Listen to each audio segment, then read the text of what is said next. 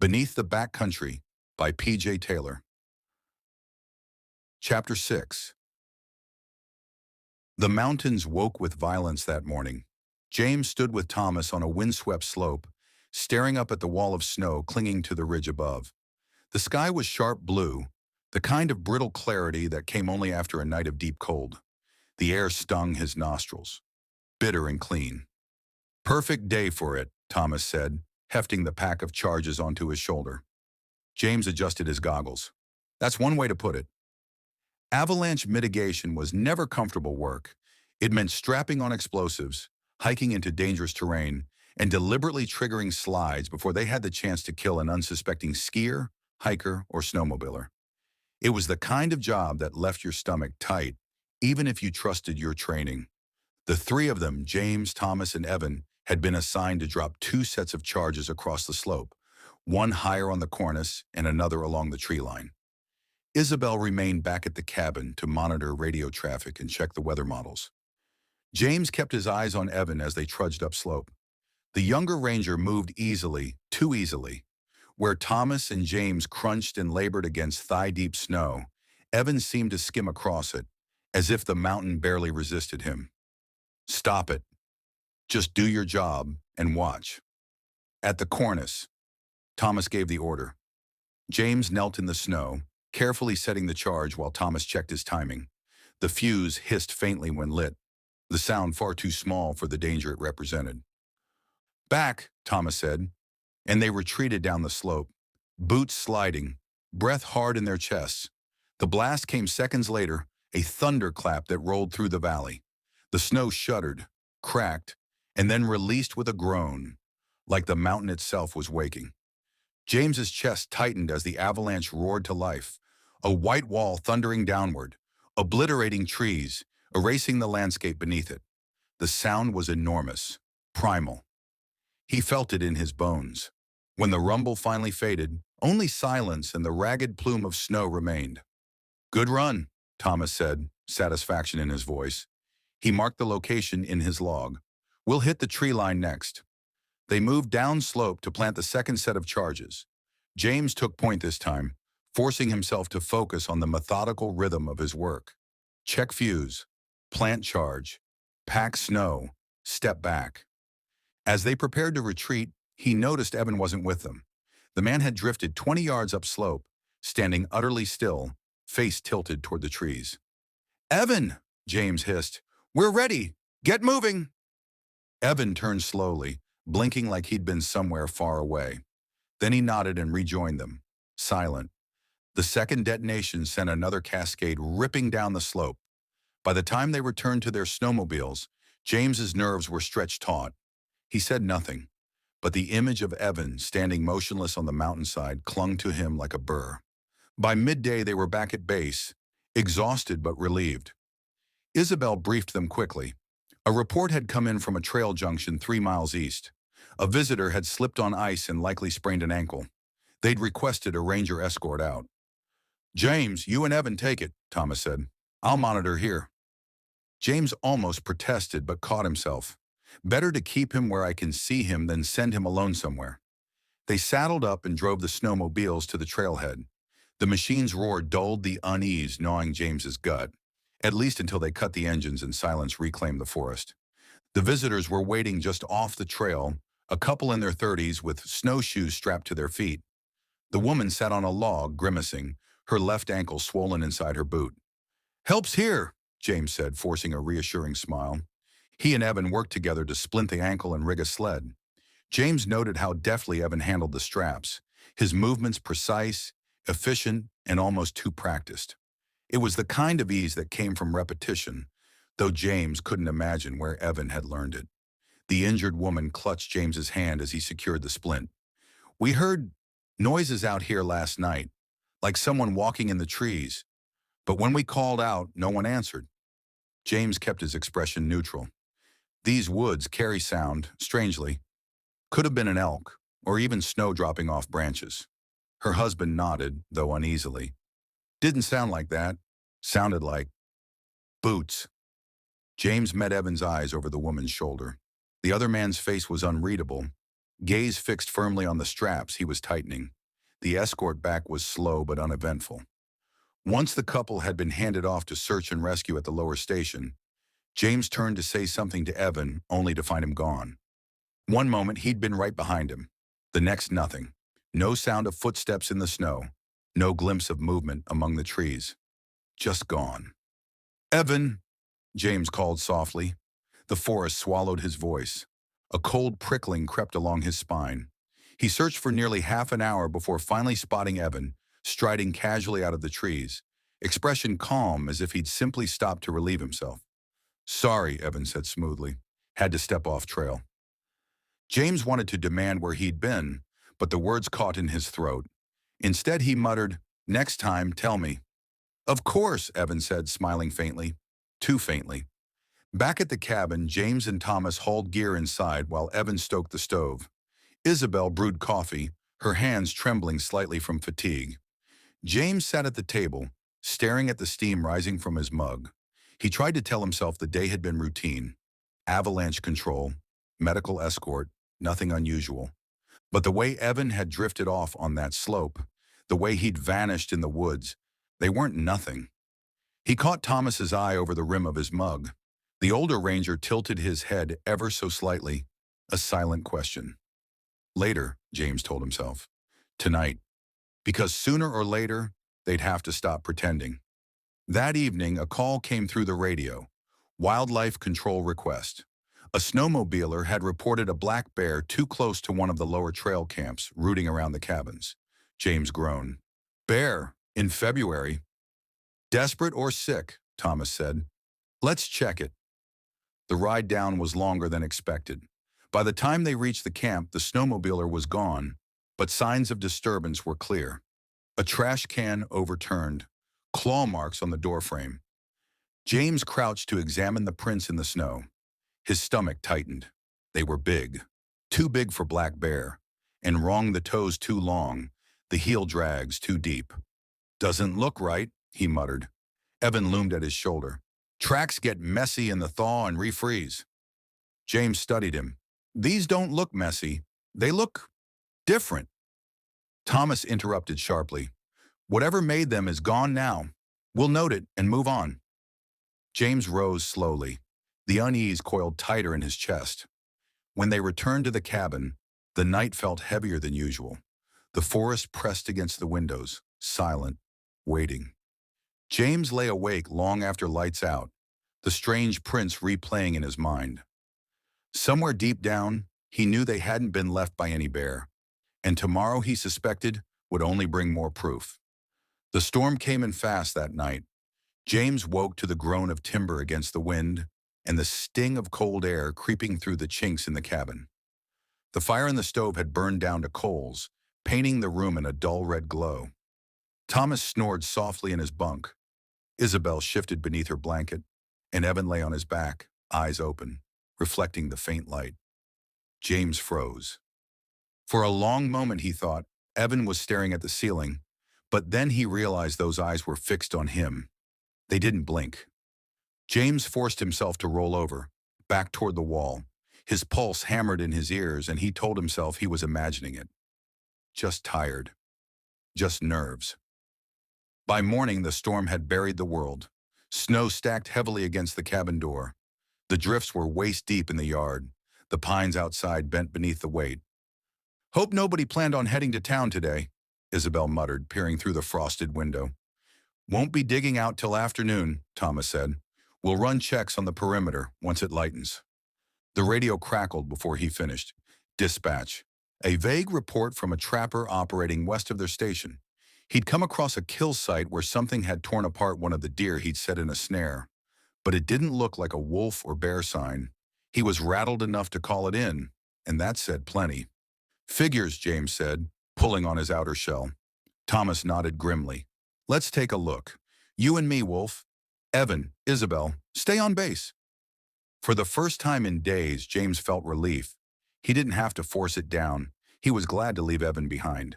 The snowmobiles howled through the drifts, engines straining against the fresh powder. The storm had eased to a gray haze, the air thick with spindrift that scoured James's cheeks raw. It took nearly an hour to reach the trapper's flagged marker. The man himself was gone, but his tracks were fresh, leading downslope toward safer ground.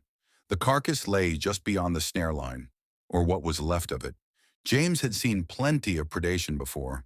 Wolves went for the hindquarters and soft tissue. Cougars left drag marks. Bears ripped and shredded, often leaving more mess than they ate. This was different. The deer was flayed open with that same surgical precision, skin peeled back from muscle in clean straight lines. Ribs cracked outward like a butcher had pried them apart. The organs were missing, not scattered or half-eaten, just gone. The snow around the body wasn't spattered the way it should have been. Instead, the blood pooled in a neat dark stain, frozen almost smooth. James crouched, throat tight. "What the hell does this?" Thomas knelt beside him, jaw clenched. He poked at the carcass with his knife, eyes narrowing at the uniformity of the cuts. "I've been up here 30 winters," he said finally. "I've seen everything that eats meat in these mountains. Nothing leaves this kind of sign." James looked at him sharply. Thomas's tone wasn't casual and wasn't speculative. It was deliberate, like he'd been waiting for an excuse to say it out loud. "You think it's connected," James said. Thomas's eyes flicked to his. "Don't you?" James hesitated. His first instinct was to deflect, to laugh it off. But the image of Evan standing still on the slope, vanishing into the woods, staring at him in the firelight, pressed too heavy on his chest. "I don't know what I think," he admitted, "but Evan, something's off about him." Thomas didn't look surprised. If anything, his mouth tightened, as if he'd been expecting the words. For a long moment, only the wind moaned through the trees. Then Thomas nodded once, short and grim. "8 years," he said. "That's how long I've seen signs. Little things. Footprints where they shouldn't be. Lights in the tree line. Carcasses like this one. And every time it doesn't add up." James felt his skin crawl. "And Evan?" Thomas's voice dropped low, almost lost to the wind. "He's not the first. I've worked alongside a couple over the years that didn't sit right. People that seemed borrowed, like they were wearing their skin wrong." James's mouth went dry. "Borrowed. That's the best word I've got." They fell silent, staring at the hollowed-out deer. The forest creaked and shifted around them. Finally, Thomas straightened. "We'll note it for the report. Call it scavengers. But between you and me, Wolf, keep your eyes open, and don't let him catch you staring." James nodded stiffly. His hands ached from clenching his gloves so hard. They rode back in silence. The day dragged in slow tension. Isabel sorted gear, oblivious. Evan moved around the cabin with easy confidence, cooking, stacking firewood, radioing in the avalanche logs. Nothing unusual, nothing damning. But James saw it now the way Evan blinked a half-second too late in conversation. The faint twitch at the corner of his mouth when Isabel laughed. The way his eyes lingered on Thomas's knife for a fraction too long. Once, when Evan stooped to adjust the stove vent, the skin at the back of his neck seemed to ripple, just for a moment. A trick of the firelight, maybe. Or not. James's stomach turned. He excused himself and stepped outside into the snow. The night air bit hard, but it felt cleaner than the cabin. He filled his lungs, trying to settle the storm inside his head. The forest loomed around him, dark and endless. Somewhere far off, something howled. Not wolf, not coyote. A sound stretched wrong, hollow and metallic at the edges. James shivered. He'd wanted answers, but all he'd found was deeper unease. When he returned inside, Evan was sitting at the table, staring at the door like he'd been waiting. James didn't meet his eyes. They slept uneasy that night.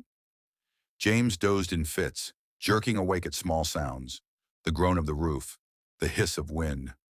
Once he swore he heard claws against the wallboards, but when he sat up, the noise was gone. Near dawn, he rolled over and saw Evan again, lying in his bunk, awake, watching. This time, James didn't look away. They stared at each other across the cabin, the silence louder than any storm. Neither spoke. But in that quiet, James felt the truth settle into him like cold iron. Whatever Evan Cross was, he wasn't one of them. The next morning, James and Thomas set out for patrol. James thought again of the carcass. He felt every shift of snow beneath the treads of the snowmobile, every bend of tree limbs groaning under ice. The storm had lightened, but it left a silence that pressed on his ears. Only the whine of the snowmobiles filled the space, and beneath that, his mind churned with the image of the deer's flayed chest, ribs yawning open like hands pried apart. He thought about the trapper, a rough man most likely, used to gutting his own kills, setting snares, weathering storms alone in the backcountry. But something about that carcass had rattled him enough to abandon his snares and flee downhill. James imagined the man stumbling through snow in the gray light, breath steaming, muttering prayers under his beard. If a man like that called it in, you listened. Thomas seemed to read his thoughts. When they stopped at a switchback to check the route markers, he said, "I've seen hardened men break easier than you'd think. Mountain has a way of stripping you down, makes you admit what you're afraid of." James tugged his goggles down, frowning against the wind.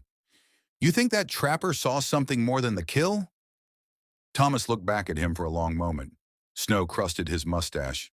Doesn't matter if he saw it or not. He felt it. James didn't ask what it was. Back at base, the day lurched on with the mundane weight of ranger duties. Isabel logged radio traffic, reporting a minor avalanche release on the north face that hadn't crossed any known trails. James and Thomas stripped gear, stowing avalanche beacons, digging tools, and their snowmobile kits. The work grounded him a little, the physicality of it settling the raw edges of his nerves. They ate a quick meal of reheated chili from Isabel's stash, steam fogging the windows. Evan chatted idly about snowpack density and seasonal patterns, sliding into ranger talk like any of them. If James hadn't just seen the deer, he might have believed him, but he couldn't stop watching. The way Evan used his fork wrong-handed for a few bites before switching back. The way he chewed too evenly, each motion almost mechanical. When Isabel joked about the storm pinning them in, Evan laughed a half-second late. His eyes flicked to James's, and for an instant, James swore they were wrong. The pupils too narrow, the iris glinting strange in the lamplight. Then Evan blinked, and they were normal again.